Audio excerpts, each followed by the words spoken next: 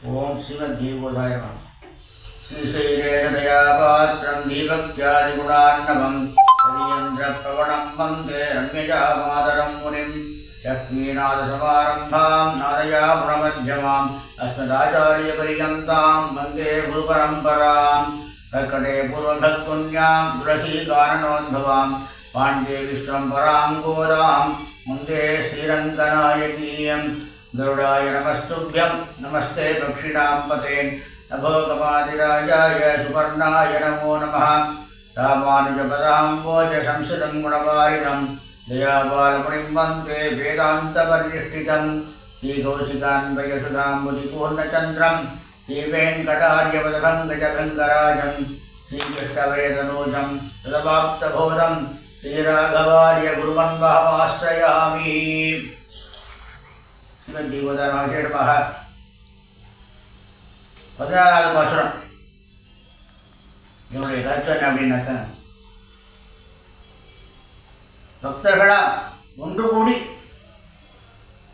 பிரேரிதமான எம்பெருமானுடைய அனுபவத்தை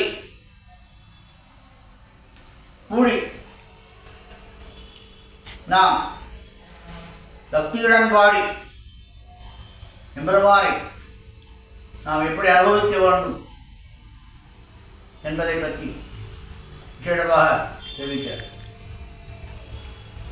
உங்கள் புறக்கடை தோட்டத்து வாவியுள், அதாவது இது அப்படின்னாக்க, இந்த உங்கள் அப்படிங்கும்போது உங்களுடைய தேகம் தான் இங்க வந்து என்ன அப்படின்னா பின்பக்கம் தேகத்துக்கு பின்னால் என்ன இருக்கு?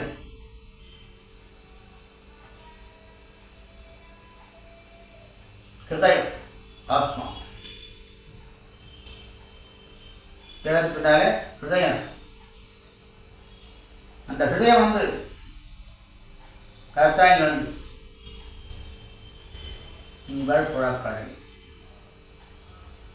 சரீரத்துக்கு பின்னால இதய கமனம் உள்ளது. அதை என்ன பண்ணணும் அப்படின்னாக்க, பகவத் பக்தியினால் இந்த ஹிருதயத்தை என்ன பண்ணணும்? தோட்டமாக, செழுமையான தோட்டமாக மாற்ற வேண்டும். அதை இருக்கிறதுக்கு நம்ம என்ன பண்ணணும் அப்படின்னாக்க, பக்தி. அதனாலதான் நம்ம இந்த ஹிருதயத்தை செழுமையான தோட்டமாக மாற்ற முடியும். செங்கடியர் வாய் நெகிழ்ந்து ஆம்பல் வாய் கும்பினகான். அதாவது அஞ்ஞானம் என்னும் மலர்கள் மலர்ந்துள்ளது. அஞ்ஞானம் அப்படின்னு அது வந்து எப்படி அதை மாற்றணும் அப்படின்னாக்க, அது எம்பெருமானுடைய பகவத் பக்தியினால்தான் மாற்ற முடியும். சாதனம் மாற்ற முடியும். அது பாட்டுக்கு சுற்றிட்டே இருக்கும், தப்பான வழியில போயிட்டே இருக்கும். அதனால எம்பெருமானுடைய பகவத் பக்தியினால் என்ன ஆகும் அப்படின்னாக்க, ஞானம். அது பையன்தான் தூங்கி போய்தான். இந்த பகவத் பக்தி வந்ததுக்கு அப்புறம் தான் இந்த ஞானங்கிற மலர் அது வந்து நன்னா மலர்ந்திருக்கும். அப்படி ஞானங்கிற மலர் வந்தது என்ன ஆகும்? அஜ்ஞானம் என்ற மலர் என்ன ஆகும்? கூம்பி போய்விடும்.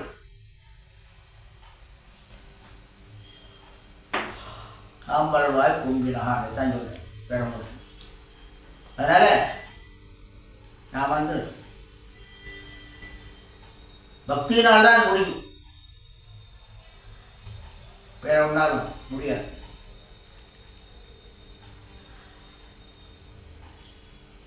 செங்கல் பொடிக்கூரை வெண்கள் தகர்த்தவர். செங்கல் பொடிக்கூரை அப்படின்னாக்க அது வரையில நம்ம உள்ளத்துல படிந்திருந்தது இல்லையா, இந்த படிந்திருந்த ஆஷாபாஷங்கள் அதான் கரை. அந்த கரைகள்லாம் எல்லாமே என்ன பண்றது, நம்ம ஹிருதயத்தை ரொம்ப ஒரு பாடுபடுத்தியது. அதனால ஒரு கோபம் தாபங்கள் இவ்வளெல்லாம் ஏற்படுது இல்லாம ஏற்படுது. அது ஒரு கரை. இந்த கரையை நம்ம பதிவு வைக்க, இந்த கரையை என்ன பண்ணணும், ஒழித்து கட்டணும். அதுக்கு நமக்கு ஒரு பக்தி அதை படிக்கிறது உடனே என்ன ஆகும், இந்த கரையெல்லாம் ஓடிப்பு. வெண்பல் அப்படின்னாக்க என்ன அப்படின்னாக்க நம்ம இந்த பளிச்சுண்டு கோவில்கள் எம்பெருமான் தான், வேறு கதியே கிடையாது. அவன்தான் நமக்கு, வேற எதுவும் பேச வேண்டியதே இல்லை. வேற எதை பத்தி பேசினாலும் நமக்கு அஜ்ஞானம் தான் வந்துருக்கும். அதுக்கு நம்ம என்ன பண்ணோம் அப்படின்னா பகவத் பக்தியில புரியுது இல்லையா, அவர் தானே சத்தியம் சத்தியம் புனசத்தியம் உத்தூத்திய உதமுச்சதே அப்படின்னு. சத்தியம்தான், மறுபடியும் சொல்றேன், சத்தியமா சொல்றேன். நமக்கு பகவத் பக்தி தவிர வேற ஒண்ணுமே கிடையாது. மறுபடியும் சொல்றேன், பகவத் பக்தி தான், வேற ஒண்ணும் இல்லை. நீங்க என்ன பண்ணணும் அப்படின்னாக்க இதை உபநிஷத்துல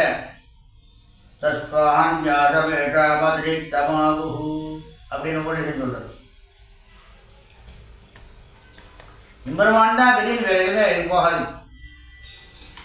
அதனால நீங்க எப்படியெல்லாம் இருக்கணும் எங்களை பற்றி விஷயமாக சொன்னார். நீங்க என்ன பண்ணணும் அப்படின்னு செயல்பட்ட எம்பெருமான் தான் கதியின எல்லாரும் பக்தர்கள் எல்லாரும் என்ன பண்ணிட்டா, எல்லாரும் ஓடி வந்திருக்கா. அவளுக்கு என்ன அப்படின்னாக்க சிறந்த மனசு. இந்த கமலம் எப்படி இருக்கு, ஹிருதய கமலம். இங்கே கேசவா, அதாவது நீ வெறுமை பேசும்போது வெளியே பேசாத, உள்ள வாங்கி ஹிருதயமா பேசு. ஆத்மார்த்தம் அப்படிங்கிற இல்லையா, அப்படி பேசணும்.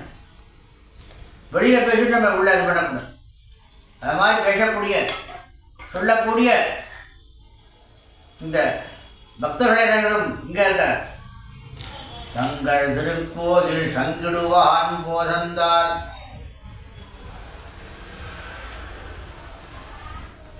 உங்கள் திருக்கோயில் அப்படின்னா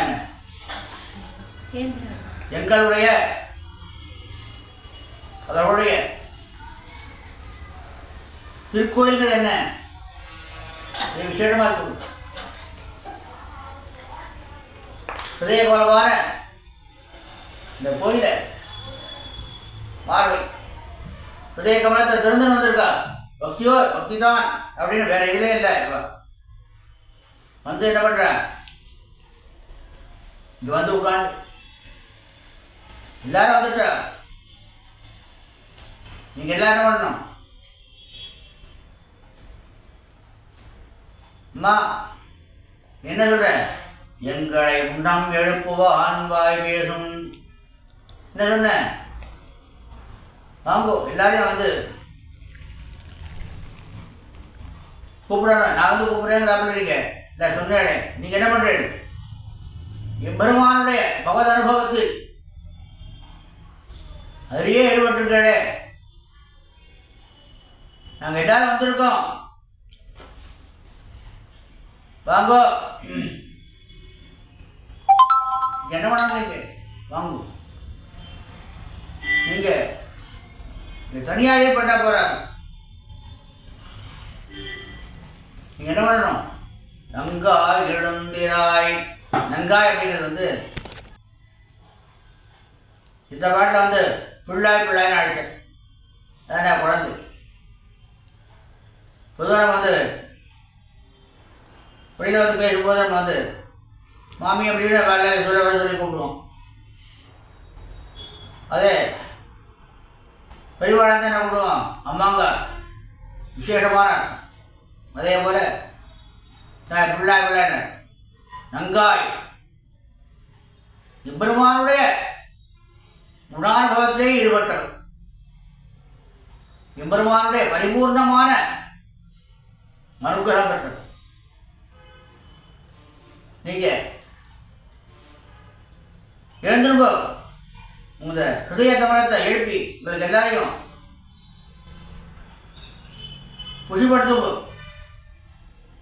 எல்லாரும் பக்தி பண்ணணும்.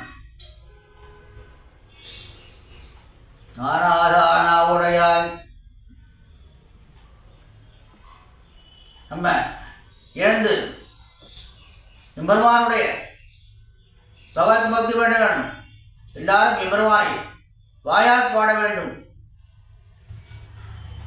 சங்குழ சக்கரம் ஏந்தும் தடக்கையன். எம்பெருமான் சங்கு சக்கரத்தோட சீயப்பையா வந்து இருக்கிறான். பங்கைய கண்ணன் இப்படி விசேஷமா இருக்க. அவன் வந்து எங்க இருக்கான்? சன்னதியில் நம்ம போய் விசேஷம் இல்லையா? சன்னதி கேட்க போகணும் கேட்கிறான் இல்லையா? எம்பெருமான் தான் எங்கேயும் இருக்காரு. என்னுடைய சேர்த்து எங்க போகணும் அப்படின்னு. ராஜா அப்படின்னாக்கா என்ன? தேசத்துக்கே ராஜா வந்து எல்லாமே ராஜா தான். ஆனா அவருக்கு தனியாக ஒரு அரண்மனை இருக்கு இல்லையா? தேசமே அவனுதான் அப்படின்னாக்க அவனுக்கே ஒரு அரண்மனை இருக்கு, அரண்மனை. அதே போல எம்பெருமான் திருக்கோயில் அதுதான் நம்ம சொல்றோம். என்ன அப்படின்னாக்க கோயிலுக்கு போவதனால என்ன விதமான பலன்கள்லாம் ஏற்படுதுன்னு நம்ம தெரிஞ்சுக்கணும். எம்பெருமானை நாம் சங்க சக்கரதாரியா இருக்கிற எம்பெருமான கண்ணால பார்த்து சேவிக்கிறோம். நம்ம மனசில் என்ன சஞ்சலம் இருந்தாலும் அவனை சேவிக்கும் போது நமக்கு அந்த ஒரு சஞ்சலம் அப்படி. அதே போல கோயிலில் வந்து நம்ம பிரதட்சணம் பண்றோம். அதனால என்னென்ன பலன்கள்லாம் தெரிஞ்சுக்க வேண்டாம். நீங்க பொதுவாக வந்து பெரியவாழ்லாம் என்ன பண்ணுவா அப்படின்னாக்க ஒரு திவ்யதேசம் அப்படின்னாக்க இந்த திவ்யதேசத்தை போனதுமே நம்ம காலில் உள்ள காலடிலாம் பாதங்கள்லாம் எழுதி காட்டி வச்சுருவோம். என்ன அப்படின்னாக்க இந்த புண்ணிய பூமி, இந்த புண்ணிய பூமியில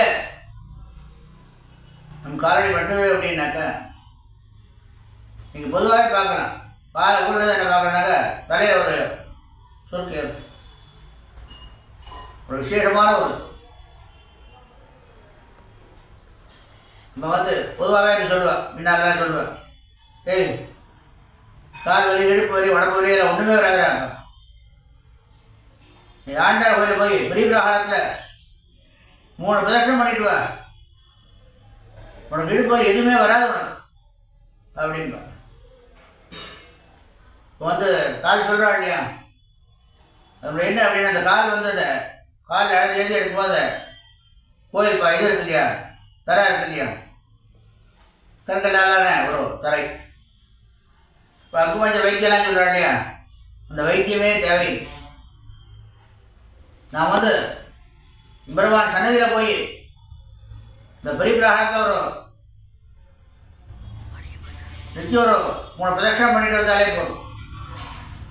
அதுதான் அக்குபஞ்சர். இதுவே வேண்டாம், அந்த வைத்தியமே தேவையில்லை நமக்கு. அந்த அளவுக்கு ஒரு விசேஷமான ஒரு இது. அதை வந்து நம்ம செய்யணும். அவ்வளோ விசேஷமான ஒரு பொதுவாக சில சமயம் வந்து நிறைய பேர் ஒரு மாதிரி வருவா, அது மாதிரி வரும். இந்த கூட சாட்சி போட்டு வந்தேன் உடனே கூப்பிட்டப்பா உடனே என்ன சொன்னேன், சாக்ஸ் எல்லாம் போட்டு வரக்கூடாது அப்படின்னு. உடனே அதுக்குள்ள நடுவில் ஒரு பதர் தன்னை மகான நினைச்சிருக்கிறது. மக்கன வேலையை பார்த்து பாடு ஏற்பட்டு அவங்க இருந்தாள். நமக்கு ஒன்றும் இல்லை வந்திருக்கா அப்படின்னாக்க, நம்ம உள்ள நடக்கிறோம் அப்படின்னாக்க, பூமியானது இந்த காலானது நம்ம பூமியில படணும். பட்டாத்தான் அதற்கு ஒரு புண்ணிய பலன் உண்டு. உடனே சொன்னது அவர் எதுன்ட்டு யாரு வந்தவர் வந்து அப்படியா உடனே சாஸ்திரத்துட்டு உடனே நின்று பார்த்து, சுவாமி நீங்க சொன்னது கரெக்டாக இருக்கு சுவாமி, நான் வந்து இதுவாக சொல்ல நினைச்சேன். ஒரு சாப்பிடுறது எனக்கு ஒன்றுமே தெரியல. வராப்பில் வந்தேன், அப்படியே காலை கீழே வச்சு அப்படியே ஒரு உணர்வு ஏற்படுது உடம்புல. அப்படி ஒரு விசேஷமாக இருக்கும். அந்த மாதிரிலாம் வரணும். நம்ம ஆண்டா சடங்குக்கு போகும்போது நமக்கு ஒரு விசேஷமான ஒரு பலன்கள்லாம் உண்டு. எம்பெருமான பிரார்த்திக்கலாம், பிரார்த்தனை பண்ணிக்கணும். அவனுடைய எம்பெருமானுடைய குணார்த்தங்கள் எல்லாத்தையும் நம்ம பார்த்து எம்பெருமான சேவிச்சாதான் நமக்கு அந்த ஒரு உடம்புல ஒரு உணர்ச்சி வரும். அவனை போய் நாம் சேவித்து பகவத் பஜனை பண்ணி எல்லாம் பண்ணி நோய் நொடி இல்லாமல் சகல சௌபாகியங்களும் பெற்று வாழ வேண்டுமாய் ஸ்ரீ கோதாநாயகா பக்ஷிராஜன் சமேத ஸ்ரீ ராஜகோபாலன் திருவடியில் பிரார்த்திக்கிறேன். அடியேன் திருமலை விந்துவோர் கணபாடி ராஜகோபாலதாசன் ஸ்ரீமத்தே விஷிச்சித்தாரிய மனோநந்தனஹேதவே நந்தநந்தன சுந்தரி கோதாயை நித்யமங்கலம். லோகா சமஸ்தா சுகினோ பவந்து.